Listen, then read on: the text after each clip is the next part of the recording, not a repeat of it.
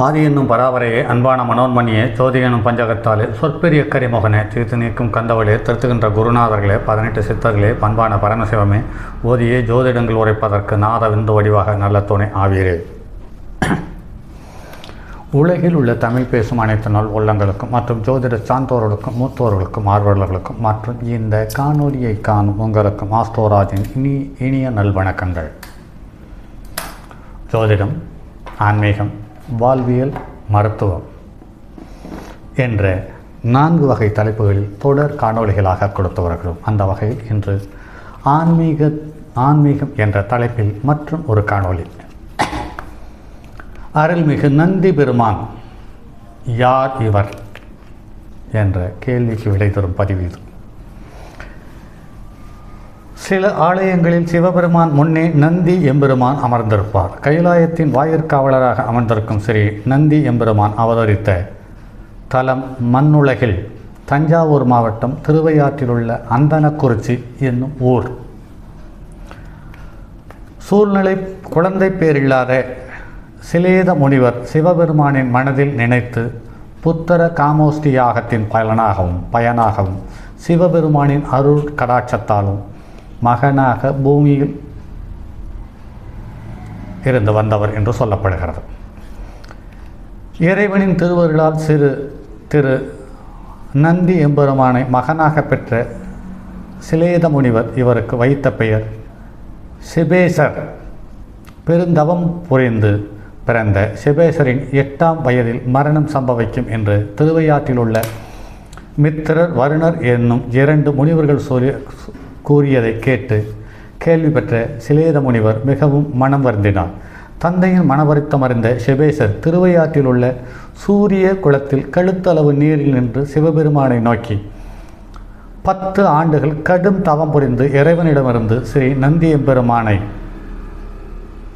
எம்பெருமான் என்ற பட்டமும் ஞான உபதேசம் பெற்றவர். மேலும் சைவ சமயத்திற்கு முழு குருவாகவும் சிவாஸ்வரூபமும் தேவ தரிசனம் செய்வோருக்கு அருள் வழங்கும் அதிகாரத்தையும் கொடுத்தார்.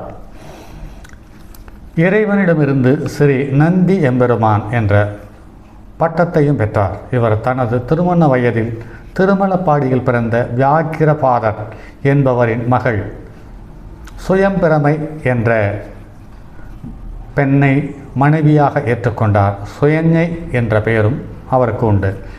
இந்த பெண்ணிற்கு உண்டு. இந்த அருள்மிகு நந்தி எம்பெருமான் சுயஜை என்ற பெண்ணுடன் இருவரின் திருமணம் தஞ்சாவூர் மாவட்டம் திருமலப்பாடியில் உள்ள சிவன் ஆலயத்தில் நடந்ததாக சொல்லப்படுகிறது. பங்குனி மாதம் புனர்பூச நட்சத்திரத்தில் திருவையாற்றில் உள்ள பஞ்ச நந்தீஸ்வரர் என்பவர் இவரின் திருமணத்தை முன்னின்று நடத்தி வைத்தார்கள் என்று சொல்லப்படுகிறது. நந்தி என்ற சொல்லுக்கு எப்போதும் ஆழ்ந்த நிலையில் இருப்பவர், ஆனந்த நிலையில் இருப்பவர் என்று சொல்ல பொருள்படும். இவர் ஒரு சித்தர், இளமையும் திட்பமும் வாய்ந்தவர், சாந்தமான குணம் படைத்தவர், தருமத்தின் வடிவமாய் திகழ்பவர், ஒப்புமை இல்லாத பெருமை நிறைந்தவர், பிரம்மன், திருமால், இந்திரன், தேவர்கள் மற்றும் முனிவர்களால் போற்றி துதிக்கப்படுவர், 5 எழுத்தாய் சிவாய நம எனும் உருவத்தை கொண்டவர், பக்தியில் சிவபெருமானுக்கு சமமானவர், பஞ்சாட்சரத்தின் வடிவமானவர், ஒப்பில்லாத 4 வேதங்களையும் 4 பாதங்களாய் கொண்டவர், ஊழி காலத்தில் இறைவனுக்கு வாகனமாக திகழ்ந்தவர்,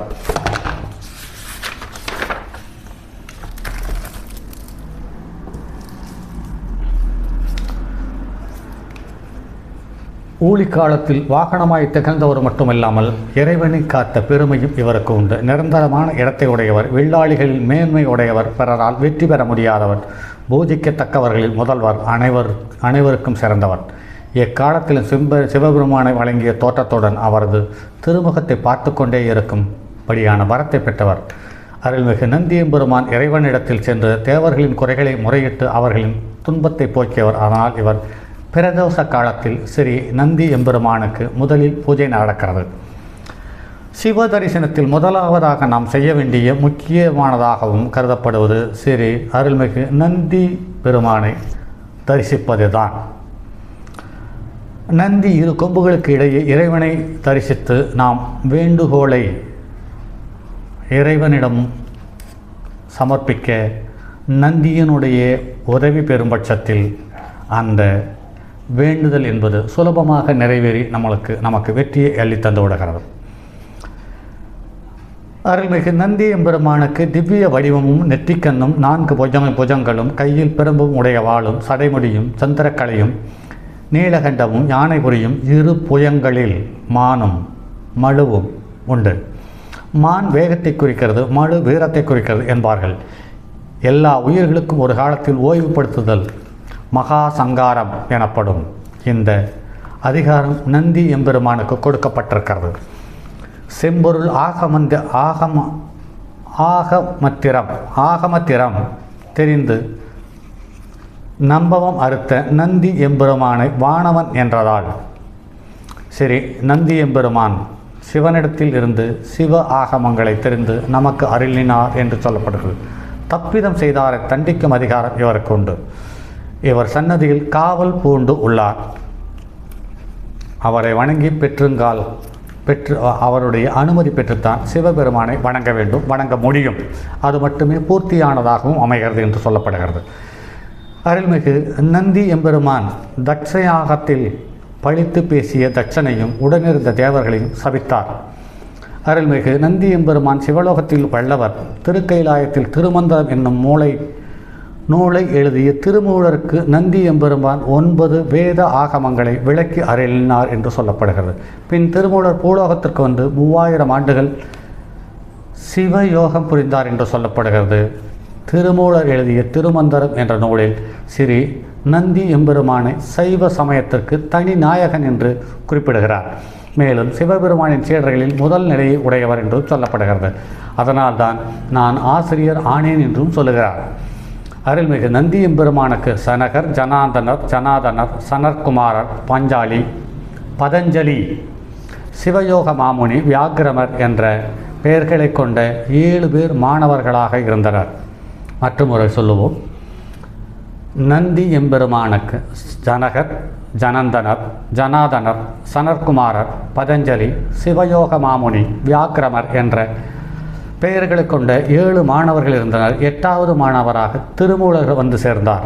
திரு நந்தி எம்பெருமானின் மாணவர்களாக விளங்கிய மேற்கூறிய 8 பேர்களும் ஜனகர், ஜனாதனர், சிவயோக மாமுனி, பதஞ்சலி, வியாக்கிரமர், சனற்குமாரர், திருமூலர் சைவ சமயத்தின் மேன்மையை விளக்கவும் சிவ வழிபாட்டை பரப்பவும் சிவ பரம்பொருளின் பெருமை பற்றியும் சரி நந்தி எம்பெருமானின் மரபனை பற்றியும் தங்கள் அனுபவத்தின் மூலம் எடுத்து சொல்ல நமது புனித நாட்டிற்கு பல பகுதிகளுக்கு வந்து சென்றதாக சொல்லப்படுகிறது.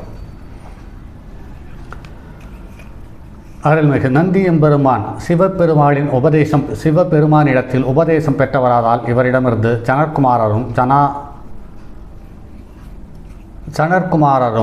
ஜனற்குமாரரிடமிருந்து சத்தியஞான திரிசணிகளிடமிருந்து மெய்கண்டாரும் உபதேசம் பெற்றார்கள் என்று சொல்லப்படுகிறது. இது ஒரு குரு பரம்பரை அல்லது திருக்கைலாய பரம்பரை என்றும் கூறுகிறார்கள்.